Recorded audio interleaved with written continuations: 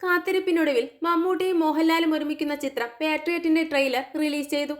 തൃശൂർ രാഗം തിയേറ്ററിൽ മമ്മൂട്ടി ആരാധകരോടൊപ്പം മമ്മൂട്ടിയും, എറണാകുളം കവിത തിയേറ്ററിൽ മോഹൻലാൽ ആരാധകരോടൊപ്പം മോഹൻലാലും ചേർന്നാണ് ചിത്രത്തിന്റെ ട്രെയിലർ ലോഞ്ച് ചെയ്തത്.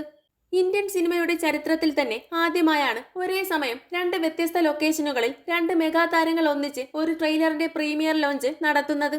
മഹേഷ് നാരായണൻ സംവിധാനം ചെയ്യുന്ന ചിത്രത്തിൽ വൻ താരനിര തന്നെ അണിനിരക്കുന്നുണ്ട്. മെയ് 1-നാണ് ചിത്രം തിയേറ്ററുകളിലെത്തുക.